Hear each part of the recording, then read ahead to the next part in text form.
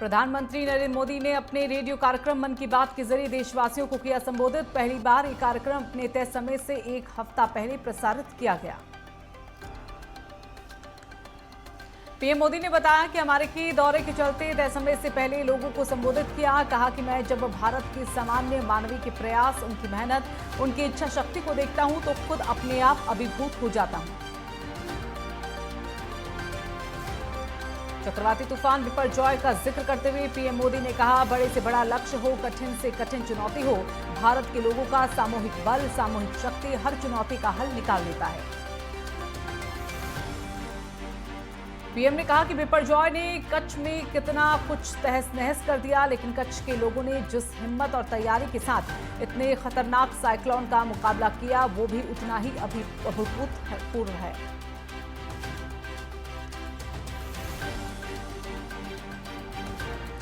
PM ने कहा कि प्राकृतिक आपदाओं पर किसी का जोर नहीं होता, लेकिन बीते सालों में भारत ने आपदा प्रबंधन की जो ताकत विकसित की है वो आज एक उदाहरण बन रही है। प्राकृतिक आपदाओं से मुकाबला करने का एक बड़ा तरीका है। प्रधानमंत्री ने कहा कि नदी, नहर, सरोवर ये केवल जल स्रोत ही नहीं होते, बल्कि इनसे जीवन के रंग और भावनाएं भी जुड़ी होती हैं। उन्होंने छत्रपति शिवाजी महाराज को याद करते हुए कहा कि शिवाजी की वीरता के साथ ही उनकी गवर्नेंस और उनके प्रबंध कौशल से भी बहुत कुछ सीखने को मिलता है। शिवाजी को याद करते हुए पीएम ने कहा, इस महीने की शुरुआत में ही शिवाजी के राज्याभिषेक के 350 साल पूरे हुए। इस अवसर को एक बड़े पर्व के रूप में मनाया जा रहा है। इस दौरान महाराष्ट्र के रायगढ़ किले में इससे जुड़े भव्य कार्यक्रमों का आयोजन किया गया। पीएम मोदी ने कहा कि हमारे खिलाड़ी जितना खेलेंगे उतना ही खिलेंगे। उन्होंने कहा, ऐसे कितने ही खेल और प्रतियोगिताएं हैं जहां आज भारत पहली बार अपनी मौजूदगी को दर्ज करवा रहा है। पीएम मोदी ने कहा कि इंटरनेशनल आयोजनों में देश की इस सफलता के पीछे राष्ट्रीय स्तर पर हमारे खिलाड़ियों की कड़ी मेहनत होती है। आज देश के अलग अलग राज्यों में एक नए उत्साह के साथ खेलों के आयोजन होते हैं। प्रधानमंत्री ने लोगों से इस बार के योग दिवस से जुड़ने का आग्रह किया और कहा कि योग को अपने जीवन में जरूर अपनाएं, इसे अपनी दिनचर्या का हिस्सा बनाएं। अगर अब भी आप योग से नहीं जुड़े हैं तो आने वाले 21 जून इस संकल्प के लिए बहुत बेहतरीन मौका है। आपातकाल का जिक्र करते हुए प्रधानमंत्री ने कहा, भारत लोकतंत्र की जननी है, मदर ऑफ डेमोक्रेसी। हम अपने लोकतांत्रिक आदर्शों को सर्वोपरि मानते हैं, अपने संविधान को सर्वोपरि मानते हैं, इसलिए हम 25 जून को भी कभी भुला नहीं सकते। पीएम ने कहा कि ये वही दिन है जब हमारे देश पर डेमोक्रेसी थोपी गई थी। ये भारत के इतिहास का काला दौर था।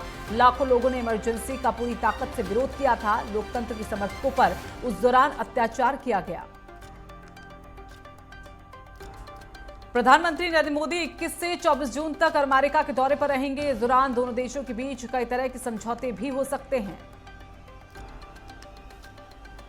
राष्ट्रपति जो बाइडेन ने पीएम की अमेरिकी यात्रा से पहले ग्रीन कार्ड को लेकर फैसला लिया है। बाइडेन प्रशासन ने अमेरिका में काम करने और रहने के लिए ग्रीन कार्ड का इंतजार कर रहे लोगों के लिए कार्ड से जुड़े हुए नियमों में ढील दी है। इसके लिए सरकार ने नीतिगत दिशा निर्देश भी जारी किए। पीएम मोदी इससे पहले 7 बार अमेरिका का दौरा कर चुके हैं। पीएम मोदी की अमेरिकी यात्रा से पहले न्यू जर्सी स्थित एक रेस्टोरेंट ने उनके नाम से थाली लॉन्च की है।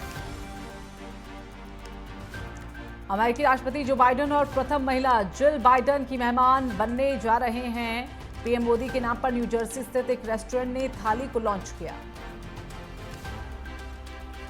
रेस्टोरेंट के मालिक श्रीपद कुलकर्णी ने एक वीडियो में बताया कि पीएम मोदी की अमेरिका यात्रा को देखते हुए उनके नाम से एक थाली लॉन्च की गई, जिसका नाम मोदी जी थाली रखा गया है।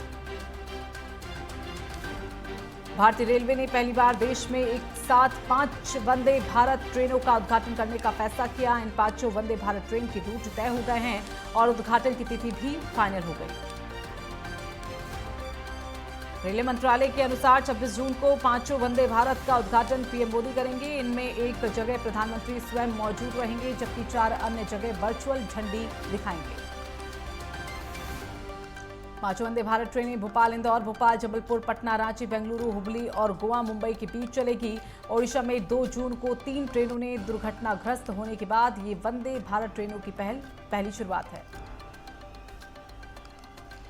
19 जून को सीएम योगी आदित्यनाथ दिवसीय बलरामपुर पर रहेंगे। पंचपेड़ाव ब्लॉक में संग्रहालय का लोकार्पण करेंगे। सीएम महाजनसंपर्क अभियान में भी शामिल होंगे। 2024 के लिए कार्यकर्ताओं को देंगे सियासी मंत्र। स्वच्छ दून सुंदर दून की परिकल्पना को साकार करने के लिए समय समय पर जागरूकता अभियान चलाकर लोगों को स्वच्छता के प्रति जागरूक किया गया। इसी कड़ी में देहरादून नगर निगम की ओर से 1 अप्रैल से स्वच्छता अभियान चलाया गया। समापन अवसर पर मुख्यमंत्री पुष्कर सिंह धामी शामिल हुए। सीएम धामी ने न केवल श्रमदान किया बल्कि लोगों को स्वच्छता की शपथ भी दिलाई। सीएम ने कहा कि अभियान भले ही समापन की ओर है, लेकिन स्वच्छता का अभियान लगातार जारी रहेगा।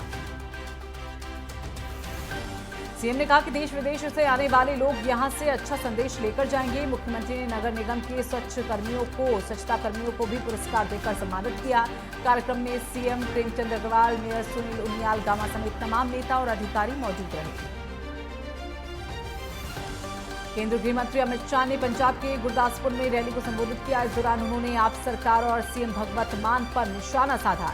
अमित शाह ने कहा कि आम आदमी पार्टी जैसी खोखले वादे करने वाली सरकार मैंने अपने पूरे जीवन में नहीं देखी।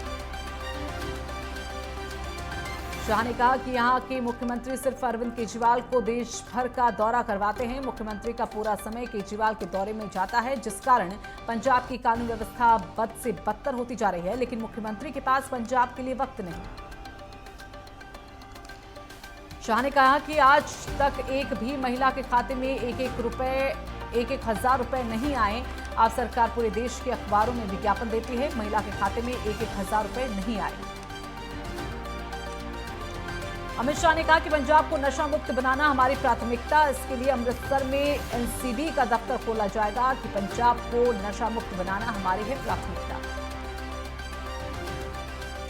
शाह ने कहा कि नरेंद्र मोदी ने विदेशों में भारत का बढ़ाया मान। मोदी ने देश को गौरव दिलाने का काम किया। पीएम अभी G7 शिखर सम्मेलन में गए। कोई ऑटोग्राफ मांगता है, कोई उनका समय मांगता है, तो कोई उनके पैर भी छूता है। मोदी जहां जहां जाते हैं वहां मोदी मोदी के नारे लगते हैं। शाह ने मोदी सरकार की तारीफ करते हुए कहा कि ये 9 साल एक प्रकार से देश के इतिहास में स्वर्णिम अक्षर से लिखे जाने वाले 9 साल हैं। आज दुनिया में भारत की पहचान दुनिया के ग्रोथ इंजन के रूप में होती है।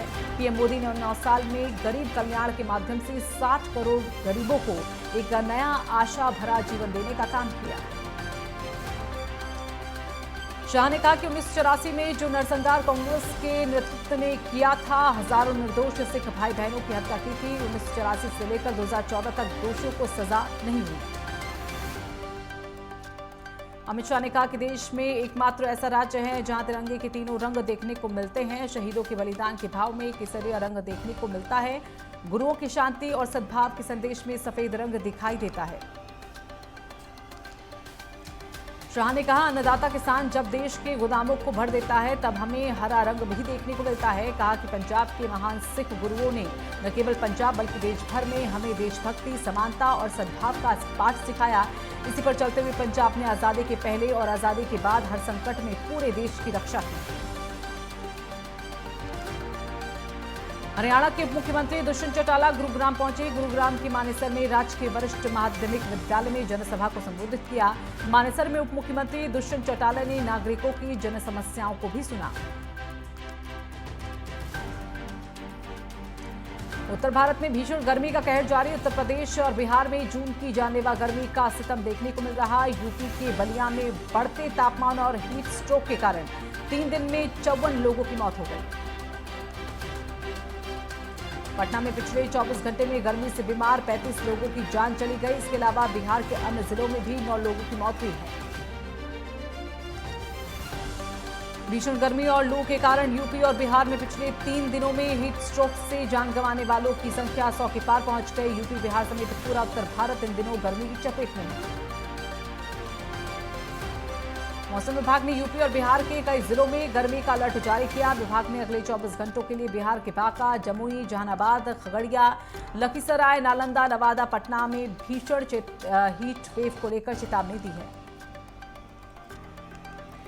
आरा में लू लगने से अब तक 10 से 12 लोगों की मौत हो गई। गर्मी के बीच बढ़ते तापमान और हीट स्ट्रोक से अस्पतालों में बीमारी से पीड़ित मरीजों की संख्या बढ़ गई। और यूपी को भी भीषण लू और गर्मी से फिलहाल राहत की उम्मीद नहीं है। पटना में पिछले 24 घंटे के अंदर गर्मी से बीमार 35 लोगों की मौत हुई। मौसम विभाग ने 19 जून तक भीषण गर्मी का अलर्ट जारी किया। भीषण गर्मी के कारण स्कूलों की छुट्टियां भी बढ़ा दी गई। पटना में 24 जून तक सभी स्कूल बंद रहेंगे। इससे पहले 19 जून को स्कूल खुलने वाले थे। बलिया जिले में पड़ रही भीषण गर्मी से मरीजों की संख्या तथा मरने वालों की संख्या में अचानक वृद्धि हुई। 15, 16 और 17 जून यानी कि 3 दिन में फीवर, सांस फूलने आदि विभिन्न कारणों से करीब 400 मरीज जिला अस्पताल में भर्ती हुए। यूपी और बिहार दोनों ही राज्यों में दिन के समय चिलचिलाती धूप और गर्म हवा के थपेड़े लोगों को परेशान कर रहे हैं। पारा चढ़ने की रफ्तार इतनी तेज है कि सुबह होने के बाद ही दोपहर की गर्मी का एहसास हो रहा है। जानकारी के मुताबिक उत्तर प्रदेश, बिहार, मध्य प्रदेश और महाराष्ट्र के कई इलाकों में इन दिनों सितम ढाने वाली भीषण गर्मी पड़ रही है। मौसम विभाग ने आने वाले 24 घंटे के लिए लू की चेतावनी को जारी किया।